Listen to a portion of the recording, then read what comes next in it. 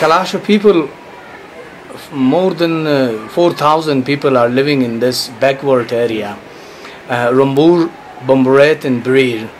And we are having our unique culture, traditional festivals, ceremonies, and still we celebrate in this area. Okay, this is a big headdress. It's used for some special vacations like funerals and festivals.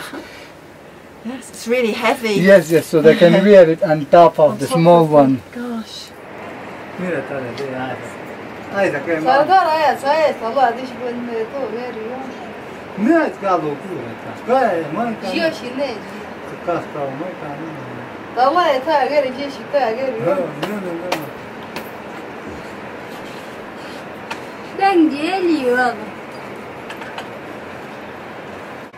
And these days, flood destroyed our many, valuable things in this area, especially in Rambur and Birir, Bumburet. 3 valleys have been affected badly. Mud, landslided and break the glacier, and glacier came to the water, and water become a flood. So it came down with the big stones, big trees, and it was a tragic moment for us to see this kind of dangerous thing.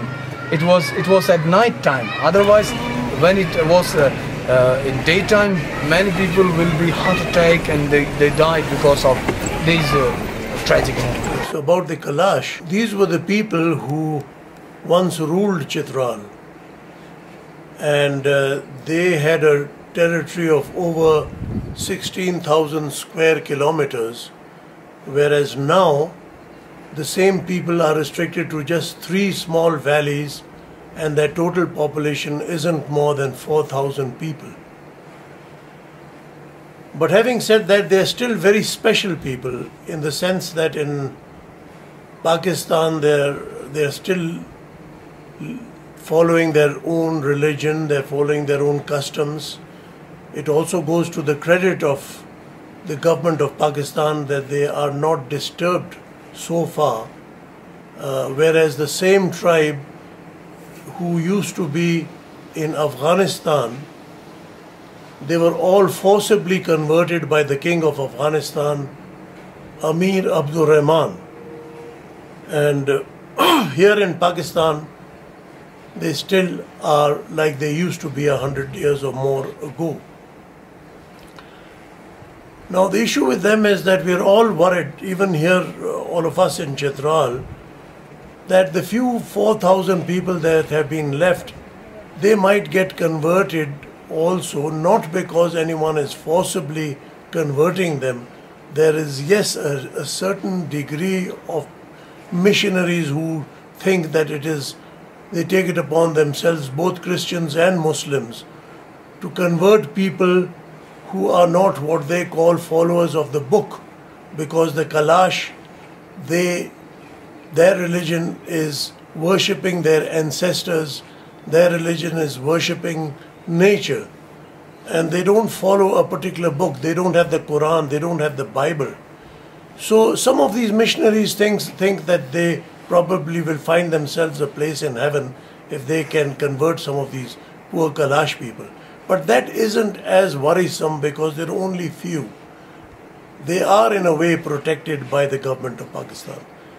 What is worrisome is that some of these difficult traditions that the Kalash have, for example, if there is a wedding, they have to sacrifice that many goats, which could be anything from 20 to 40.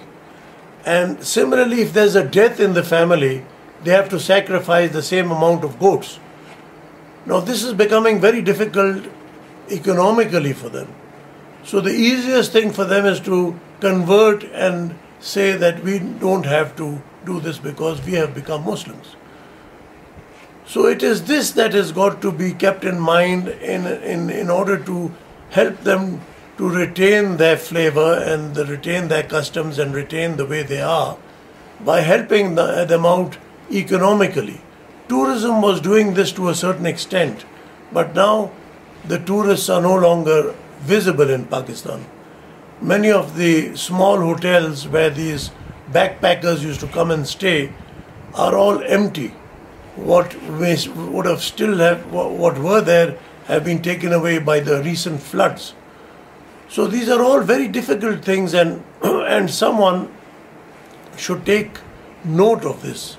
In my own small little capacity, I contacted the UNICEF, and I asked them if they can help us to make the Kalash valleys a World Heritage Site. And if that happens, then new rules will have to be followed, and they will be protected a bit more than what they are protected now. So things like these should be thought about, and steps taken in that direction. Every year, last year we had the average of tourists were more than 5,000 and a half. And we had attended 5,600 tourists among 80 foreigners. And this year, because of the flood, we have only 3,000 tourists visited museum.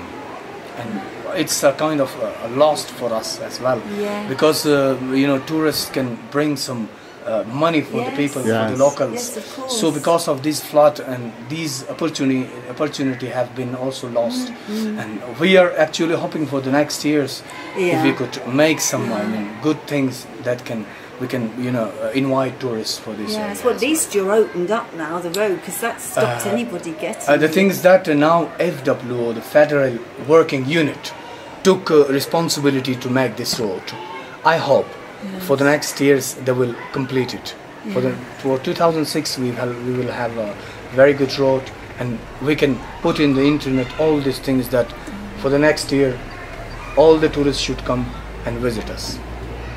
We hope so, yes, and special events to attract people back. It was a very, very difficult trek at that time when flood came, and many people were affected because the road, especially you saw downside there, it was broken, and it reached near the mountain. So now I hope they can cut the mountain and make a very good trek for the next year.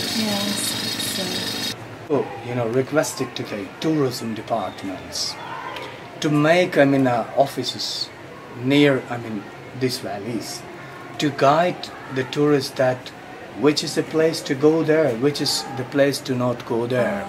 So it can help us to guide the people, and the people can also know about our culture. This is a unique culture, and if a person comes here and gets a guide from downside, and he actually does not understand anything, so it's a kind of he just just came here and he learned nothing and went back.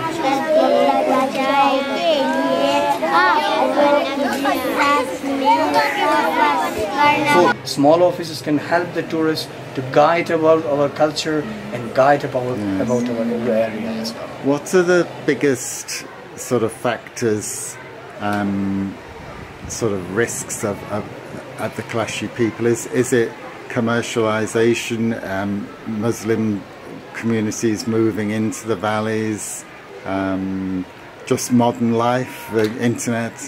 The thing is that these modern things can guide our people to get get interest of our culture. Nowadays the educated students are very interested to participate over all the events. We are just thinking that we should have at least some separate schools which can help us to guide the students about our culture, about our traditions. We are building it. So in 2013 some landslide came, it destroyed half of the school. Then this year in July again some landslides destroyed completely the school. So now the students are studying in the tents, and some of them studying in the temple called Jestakhan there. Oh, look at the chalk. Yes.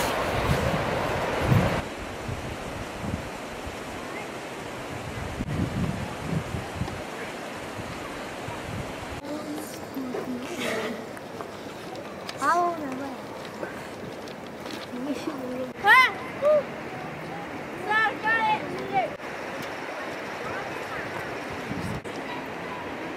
I didn't know it was. Then later on, I just did some visitors. I saw. So they will build a school, but it will take time, maybe 1 or 2 years, slowly. 1 or 2 years, but we think More than 1 year and a half, 2 years. So this is the class for the English lesson. The alphabet they start from class first class up to class 5. So this is the student of class 4. This is the student of second class.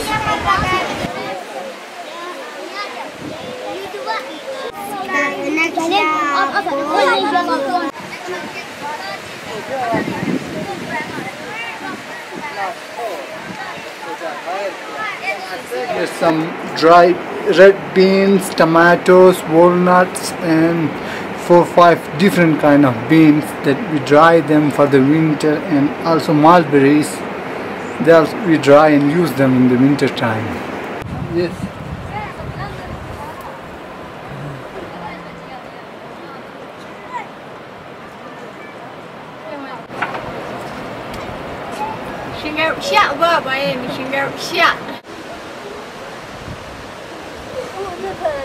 Would you like to take some walnut? Butter.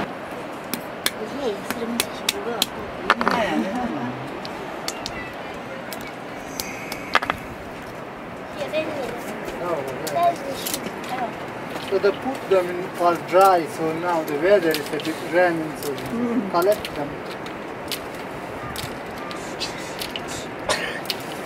A typical Kalashi house, and for that matter a typical Chitrali house of the old days, consisted of only one room, and that room would be used as a bedroom, it would be used as a kitchen, it would be used as a store place, and it would be used as a guest room too. Now the room would have just one source of ventilation, which would be a hole in the roof. There would be no windows, and that was mainly because to keep the warmth in, and of course also it was as a result they had a lot of eye trouble because of the smoke that would emit from the room in winters.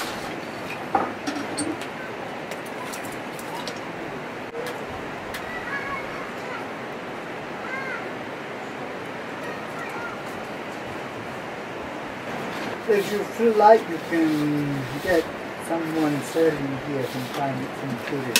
The headdresses also. yes, they're beautiful.